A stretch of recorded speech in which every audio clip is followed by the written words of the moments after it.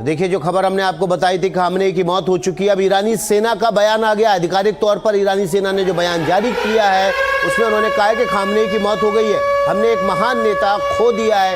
ये ईरानी सेना IRGC के बयान में कहा गया है। शहादत हमें और दृढ़ बनाएगी, ये भी इस बयान में कहा गया है। हम खामनेई की मौत का बदला लेंगे। ईरानी सेना ने अपने सुप्रीम लीडर और खामनेई की मौत का ऐलान कर दिया है। इससे पहले ये ईरानी मीडिया की तरफ से भी दावा किया गया था। सबसे पहले इजराइल के प्रधानमंत्री नेतन्याहू ने इसका दावा किया था, फिर डोनाल्ड ट्रंप की तरफ से कहा गया। अब बाकायदा IRGC यानी कि ईरान की मीडिया सेना की तरफ से दावा कर दिया गया है कि खामनेई की मौत हो चुकी है, हमने एक महान नेता खो दिया है। शहादत हमें और दृढ़ बनाएगी और हम खामनेई की मौत का बदला लेंगे। इरादे जो है वो ईरानी सेना के, वो खामनेई की मौत के बाद भी कमज़ोर नहीं पड़े। विशाल विवेक हमारे सहयोगी इस खबर पर ज़्यादा जानकारी के साथ जुड़ गए। तो एक तरह से अब आधिकारिक तौर पर ईरान ने मान लिया है कि उसके सुप्रीम लीडर की मौत हो चुकी है, लेकिन युद्ध से पीछे अभी भी नहीं हटने को तैयार है ईरान।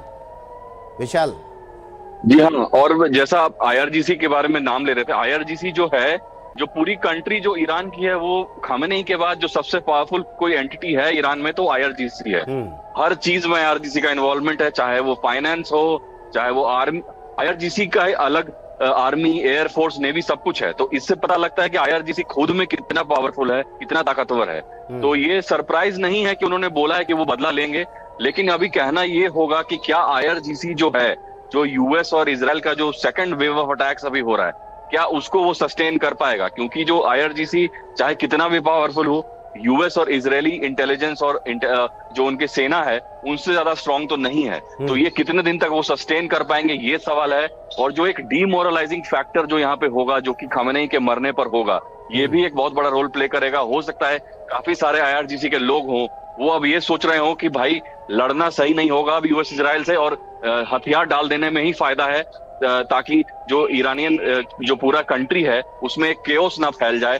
और जो वहाँ के लोग हैं वो ऑलरेडी सेलिब्रेट करना स्टार्ट कर दिए हैं, वो जश्न मना रहे हैं कि जो सबसे बड़ा एक डिक्टेटर था जो हजारों लोगों को रातों रात मार देता था, उसको निधन हो गया है। तो इस वजह से काफी देखिए, एक और अपडेट आ रहा है जो ईरान से आ रहा है। सीधे खामनेई की मौत के बाद ईरान में सड़कों पर भीड़ उतरेगी।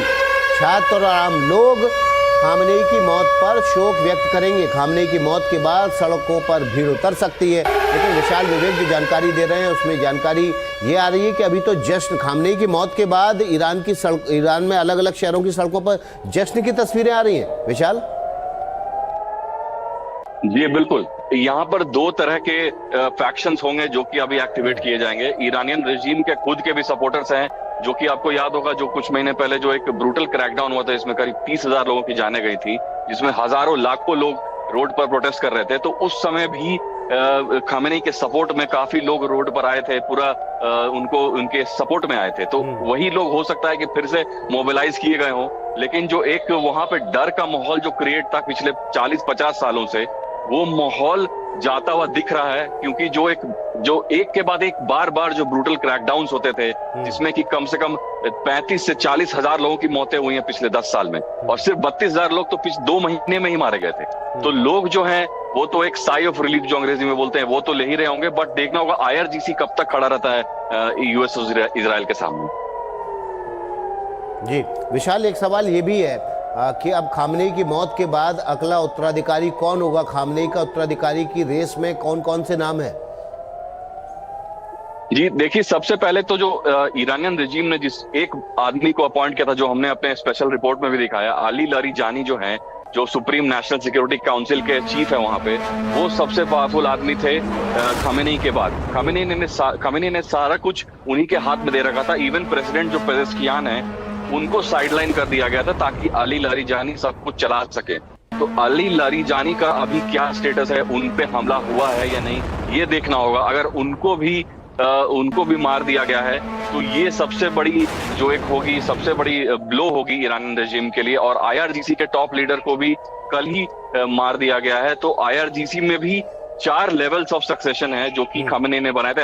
एक्चुअली खामनेई ने ऑलमोस्ट हर एक जो बड़े IRGC हो गए, डिफेंस मिनिस्ट्री हो गए, बासिज मिलिट्री हो गए, ये सभी फैक्शंस में 4 लेवल्स ऑफ सक्सेशन बना दिए थे, ताकि एक के बाद एक अगर निधन होता जाए तो लोग उसको रिप्लेस करने के लिए आ जाएं। तो जी। प्लानिंग तो पूरा किया हुआ था खमेनी ने, तो ये कब तक सस्टेन होगा, कितने दिन तक चलेगा, ये देखना होगा। लेकिन जो वर्तमान में ईरान में सक्सेशन है वो एक धार्मिक लीडर यानी कि कोई क्लेरिक ही ईरान का प्रमुख बन सकता है। हमारे साथ एयर कमांडोर हैं बहल साहब, वो बता रहे थे कि वहाँ पर कोई चुना हुआ व्यक्ति, कोई लोकतांत्रिक तरीके से चुना गया व्यक्ति ईरान का प्रमुख नहीं बन सकता, वो कोई धार्मिक नेता ही होना चाहिए। तो ऐसी सूरत में जो प्रमुख धार्मिक लीडर है वो कौन कौन है? देखिए, जो खामनेई के जो विशाल, एक और बड़ी खबर आ रही है खामनेई की मौत पर। यूक्रेन का एक बड़ा बयान आया है, तानाशाह की मौत से बढ़कर कुछ नहीं है। ये यूक्रेन की तरफ से कहा गया है, तानाशाह की मौत से बढ़कर कुछ भी नहीं है। अयतुल्ला अली खामनेई की मौत के बाद देखिए अब दुनिया भर से रिएक्शन आना शुरू हो चुके हैं। सबसे पहला रिएक्शन तो यूक्रेन की तरफ से आया, जो रूस के साथ लगातार पिछले 3 सालों से युद्ध में है।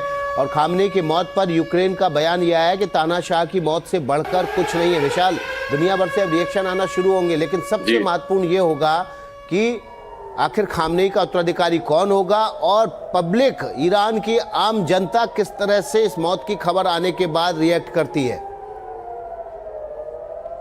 जी बिल्कुल, और जो खामनेई के जो बेटे हैं उनको काफी सालों से उनको ट्रेन किया जा रहा था कि अगर खामनेई की मौत होती है, और वो काफी एजेड भी थे, वो 86 बरस के थे, तो उनके बाद कौन आएगा, उसका प्लानिंग तो काफी सालों से ऑलरेडी चल रहा था। जो उनके बेटे हैं उनकी भी खबर अभी तक नहीं आई है, क्या उनकी मौत हुई है, क्या इनको असैसिनेट किया गया है। तो हो सकता है वो भी अभी आ जाएं अपने, क्योंकि पिछले साल जो हमने युद्ध देखा था उसमें 10 से 12 दिन जो लगातार हमले हुए थे, तो खामनेई एक बंकर बस जगह पर बंद थे पूरे 10 दिन। उस समय जो थे वो किसी से भी कम्युनिकेशन में नहीं थे।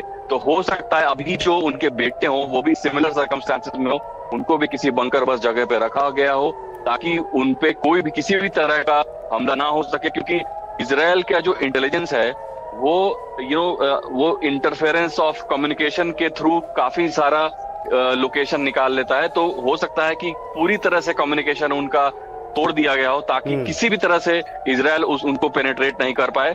तो यही देखना होगा अगले कुछ दिनों में। बिल्कुल, देखिए हम वो तस्वीर दिखा देते हैं जो अयतुल्ला अली खामनेई का तेहरान में निवास था, जो उनका प्रेमिसेस था रेजिडेंस का, वहाँ की तस्वीरें आपको दिखाते हैं जो कि अमेरिका की तरफ से जारी की गई है। सैटेलाइट तस्वीरें हैं। यहाँ पर 30 से ज़्यादा बम गिराए गए थे, इजराइल ने कहा था। और बमबारी के बाद यहाँ पर जो तस्वीरें आई सैटेलाइट के ज़रिए, वो ये दिखाने के लिए काफ़ी है कि वो पूरा जो परिसर था वो खंडर में तब्दील हो गया है।